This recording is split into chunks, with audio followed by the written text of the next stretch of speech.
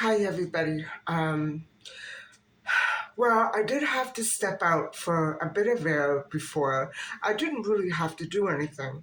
But I've been feeling kind of strange lately. Just, going down all those familiar streets and realizing how much crime and horror took place on them. Um, the entire landscape is just absolutely done a complete change. It's completely transformed. And I don't understand how so many horrible things could have happened in this city. And so, for those of you who are just tuning in for the first time, I am launching a mini series, I guess. It's turned out to be a very extended series by now. I didn't know how extensive this would become. Guys, I'm shocked. It was to honor all the dedicated professionals who have been searching for missing children. And I also wanted to commemorate the anniversary of the disappearance of 3-year-old Maddie McCann in 27. And she is still missing, guys. She's still a cold case. And we haven't found any of her remains. But yesterday we spoke about Ingrid Bauer, who also disappeared and was never found. And the day before, and the day before that, we spoke about Cheryl Hansen, another child who went missing in 1974 and was never found. She was 7 years old and gone, completely vanished off the face of the earth. No remains, no sightings, nothing, nothing. And so it is with great difficulty that I move on to my next case that I want to discuss with you. And this is not exactly a cold case. It is a horrific case involving a little boy who went missing in 1977. And so, just to briefly recap, the end of it, he was a 12-year-old child who was working as a shoe shiner on the streets of my downtown city. And he ended up going missing and he was found murdered. So let me go back to the beginning of the story. So EmanuelJaques of 410 Shooter Street in my city was born in October 1964 in Portugal. And he was the son of Portuguese immigrants who had arrived in Canada just 3 years prior to this incident. And so Emanuel did work. He had a few minor jobs along the streets, typical child jobs. And it's unfortunate that I think Emanuel was probably the type of child who would have worked even if his parents, refused to let him work. You know what I'm saying? He had a mind of his own, and he was a good boy. He was only in trouble once with the police for trying to sell flowers without a license. Well, if that's a child, why don't the police or the city, why doesn't the city give them a license? You know what I'm saying? So there's that attitude right there that I don't like. So Emanuel worked as a shoeshine boy in a part of the city which is now known as the Young Dundas Square. And he did it to make money for his family, for bills, for food, things that they needed. And so downtown in my city in the late 70s, I wouldn't know because I never went there, was packed with all kinds of body clubs and massage parlors and naughty shops and junk like that. You wouldn't be interested. And so 12-year-old EmanuelJaques was working as a shoeshine boy on the main street of the downtown area, and it is now the Young Dundas Square, or the Dundas Young Square, whatever. You can tell I never go there. And so he used to shine shoes with his brother, Luciano, and a friend just outside the Brown Derby tavern, that area. Um, Working customers would approach him and he would give them a shoe shine, things like that.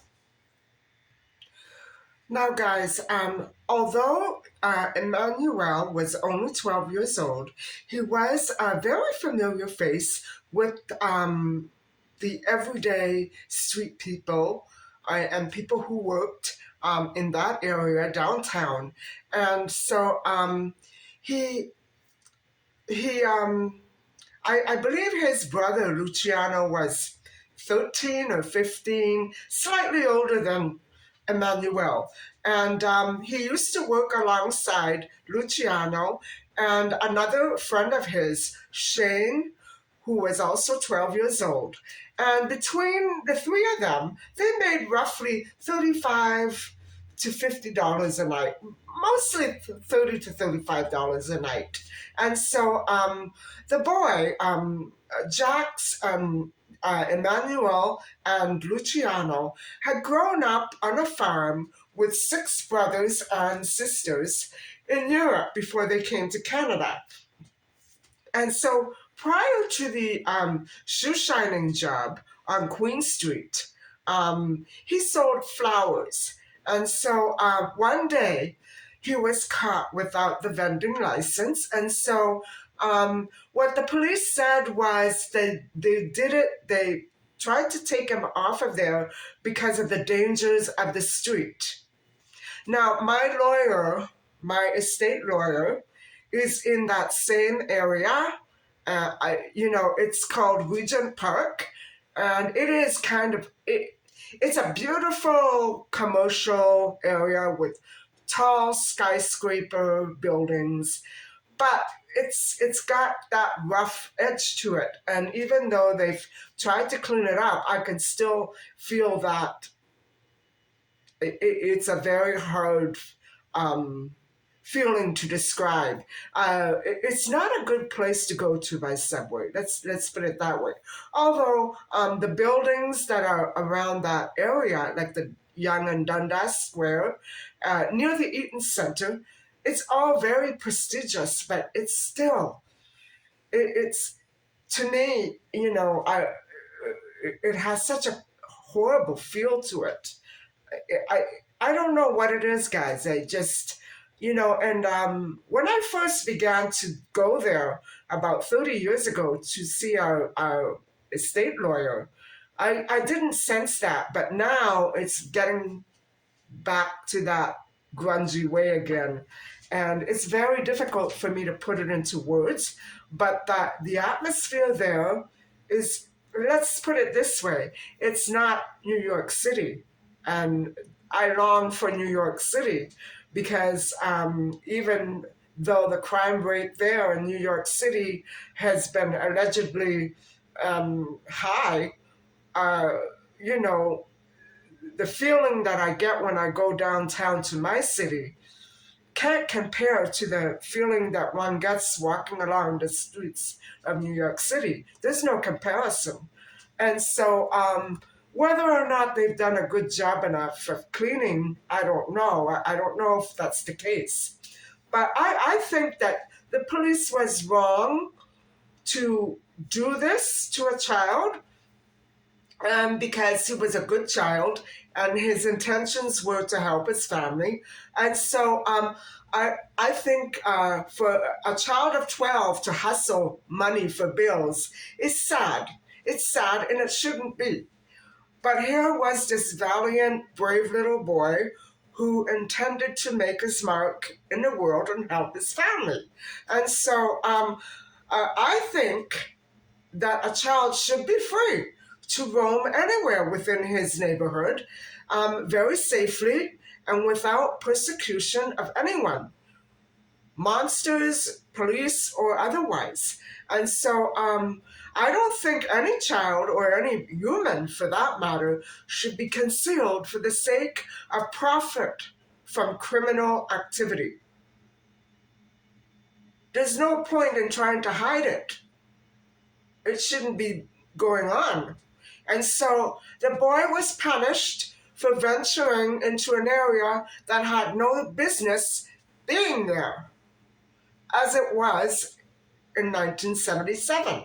And so it's very angering because I know that it's still, people still want it to be like that. I don't understand. Anyway, he was down there to hustle a buck. Well, yes, he wanted to make money. 12 years old is too young for that. And that is how children get trafficked. And so, as we're going to see right now, he on his own, he would make $5 to $15 a day. I don't know if he went to school. I'm hoping that he did. I'm thinking this was after school, on the weekends. His grades couldn't have been that great. I don't know. I wish that I had been his teacher, but in 1977, I was just coming out of childhood myself, so that was a long time ago. Anyway, it was alleged that he shouldn't have moved so far up into that downtown region. Well, what the heck? The boy had legs. He was a child. So it became Emanuel's fault for what happened to him. No, I don't think so. And the police had no business implying that. Even before anything happened to him, they were in the wrong 125% more. It was their duty to protect the children and the citizens, and not the businesses. The businesses, many of which who were trafficking women and forcing them to do things that they shouldn't have had to do. I don't want to go there because I'll start screaming my head off. Anyway, he was too innocent. He was too innocent. Yeah. So get the businesses out of there. He was 12 years old. What did they want him to do? Disappear? Apparently so. That logic is just absolutely outrageous. And so we're going to stop soon. On July 28th of 1977, a man dressed in work overalls approached the boys near Yonge and Dundas, and he bought Emanuel hamburgers, asked if he would like to earn some money.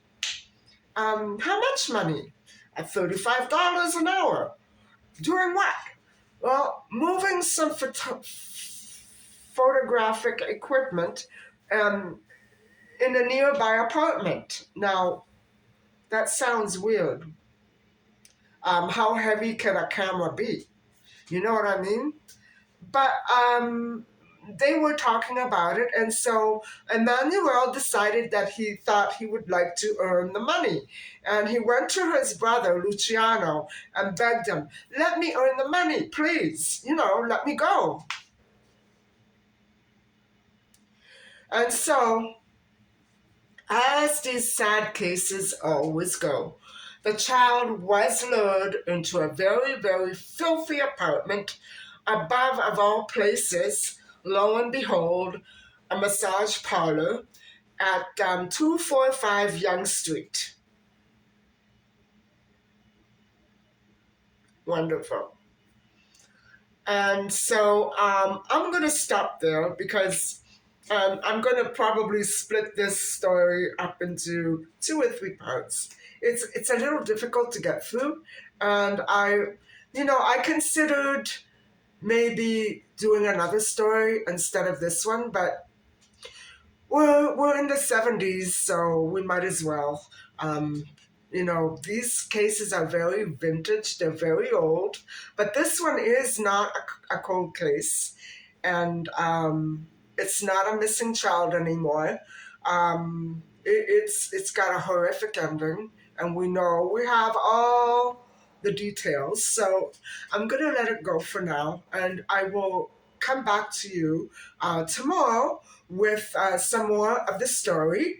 And so, thank you so much for listening and watching. I know it was a short video, I think, today. It was a shorter video, but it's been very difficult for me to get through. Every time I get to that beginning of the part where he was shining the shoes, it's so sad. Even the fact that he shunned shoes, um, it's very sad. Anyway, I don't think there was anything about his family or this child that was improper at all. I think it was the city, and even though they were trying to clean it up, I think it was mostly the police and their reaction and their solution to punish a child instead of finding these businesses and getting them out of the way. So there you go. Um, I will get back to you tomorrow with this next part of this story. And I can't talk very well. I'm pretty upset. So thank you very much for listening and watching. And I promise to be a little more coherent tomorrow. And I shouldn't have waited so long. I've been editing my other videos, so it's hard to do this when you're tired too. Anyway, guys, I thank you very much for watching. Please don't forget to like and subscribe. I love you. Bye-bye.